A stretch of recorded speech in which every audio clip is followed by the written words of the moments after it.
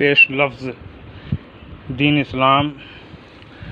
اسلام زندگی گزارنے کا ایک کامل و مکمل دستور ہے جس میں تمام انسانوں کے لیے زندگی کے ہر موڑ پر مکمل رہنمائی موجود ہے۔ نیز دین بہت آسان ہے اور اس کے مطابق زندگی گزارنا بھی آسان ہے۔ اسی میں دونوں جہان کی کامیابی کا راز چھپا ہوا ہے۔ اس کے بغیر ہمیں نہ دنیا میں کامیابی مل سکتی ہے اور نہ آخرت میں۔ اس لیے دین کو مضبوطی سے پکڑے رہنا اور اس پر عمل کرنا انتہائی ضروری ہے۔ یہی چیز ہمیں گمراہی اور شیطانی راستوں پر چلنے سے بچا کر خیر اور بھلائی پر باقی رکھ سکتی ہے۔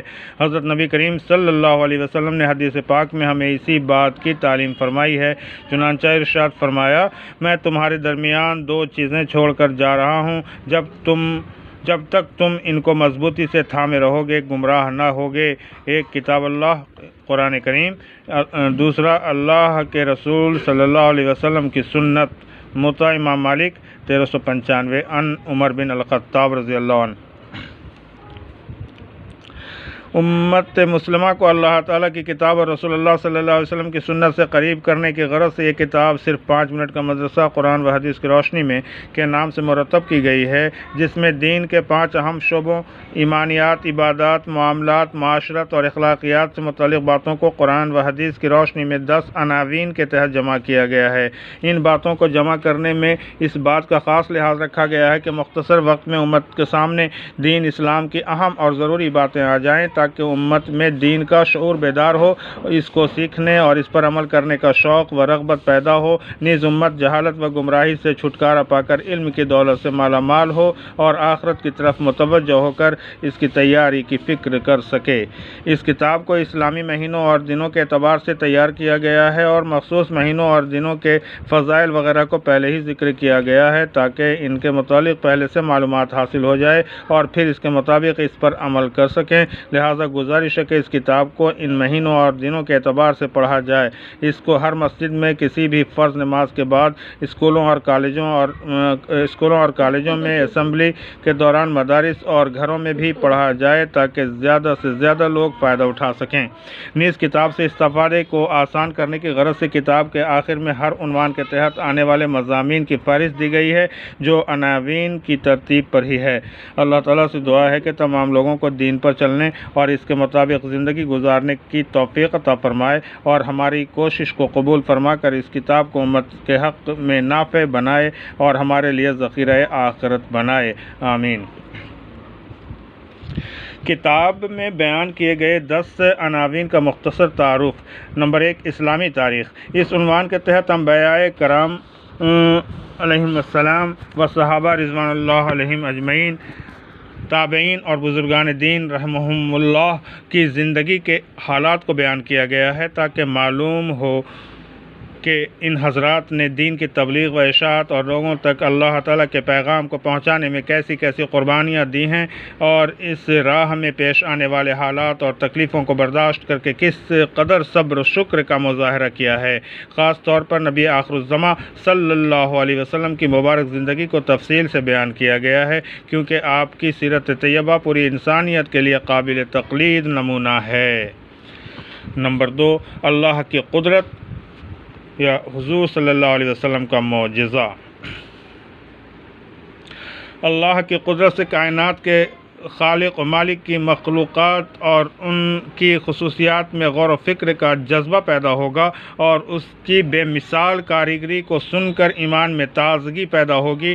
ساتھ ہی آپ صلی اللہ علیہ وسلم کے معجزات کا ذکر کیا گیا ہے، اس کو پڑھ کر اپنے بلند مرتبہ پیغمبر صلی اللہ علیہ وسلم کی عظمت و بزرگی کا احساس ہوگا اور ہماری ایمانی کیفیت میں اضافہ ہوگا۔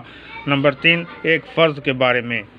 فرض اور واجب کی اہمیت اور ضرورت کے پیش نظر اس عنوان کے تحت فرائض و واجبات اور ان کے متعلق ضروری باتوں کا ذکر کیا گیا ہے جس پر عمل کرنا ہر مسلمان کے لیے نہایت ضروری ہے۔ نمبر 4، ایک سنت کے بارے میں۔ اس عنوان کے تحت حضور صلی اللہ علیہ وسلم کی زندگی کے اعمال اور قرآن و حدیث سے ثابت شدہ دعاؤں کا ذکر کیا گیا ہے تاکہ انسان اپنی زندگی کے ہر لمحہ کو حضور صلی اللہ علیہ وسلم کے طریقوں کے مطابق گزار سکے۔ نمبر 5، ایک اہم عمل کی فضیلت۔ اس عنوان کے تحت فرائض و واجبات کے ساتھ دیگر اعمال و افعال پر امت کو کھڑا کرنے کے لیے ان کے فضائل اور ان پر اللہ تعالیٰ کے انعامات کا تذکرہ کیا گیا ہے تاکہ عمل کا شوق و رغبت پیدا ہو۔ نمبر 6، ایک گناہ کے بارے میں۔ اس عنوان کے تحت شریعت کے منع کردہ اعمال و افعال اور ان کے کرنے پر سزا و عذاب کو بیان کیا گیا ہے تاکہ انسان اس سے دور رہ کر زندگی گزارے اور دنیا و آخرت کی ذلت و رسوائی سے بچ سکے۔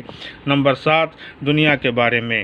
اس عنوان کے تحت قرآنی آیات اور حضور صلی اللہ علیہ وسلم کے قول و عمل کی روشنی میں دنیا اور دنیاوی چیزوں کی حقیقت اور اس سے الگ تھلگ رہ کر زندگی گزارنے کی رغبت دلائی گئی ہے تاکہ انسان دنیا میں مشغول ہو کر دین و شریعت سے غافل نہ ہو جائے۔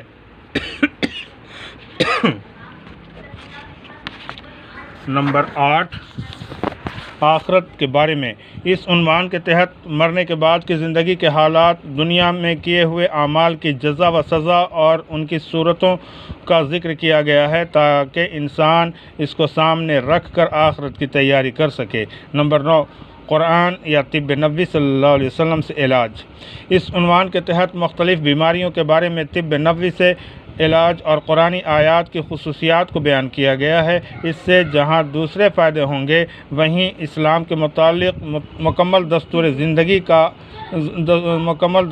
زندگی اور کامل نظام حیات ہونے کا یقین بھی پیدا ہوگا۔ نمبر 10، قرآن کی نصیحت یا نبی صلی اللہ علیہ وسلم کی نصیحت۔ دین مکمل خیر خواہی کا نام ہے، اسی مناسبت سے اس عنوان کے تحت قرآن و حدیث کی جامع نصیحتوں کو بیان کیا گیا ہے۔ اس کتاب کو پڑھنے کا طریقہ۔ اس کتاب کو پڑھتے وقت مندرجہ ذیل باتوں کو ملحوظ رکھیں۔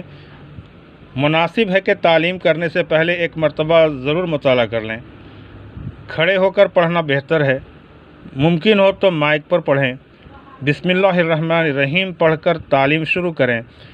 روزانہ شروع میں صرف 5 منٹ کا مدرسہ قرآن و حدیث کی روشنی میں ضرور پڑھیں۔ اس دن کی اسلامی تاریخ ضرور پڑھیں، جیسے 12 ربیع الاول۔ عناوین کے شروع میں دیے ہوئے نمبر ضرور پڑھیں، جیسے نمبر 1۔ روزانہ 10 مضامین پڑھیں، 1 سے لے کر 10 تک تمام نمبرات ترتیب وار پڑھیں۔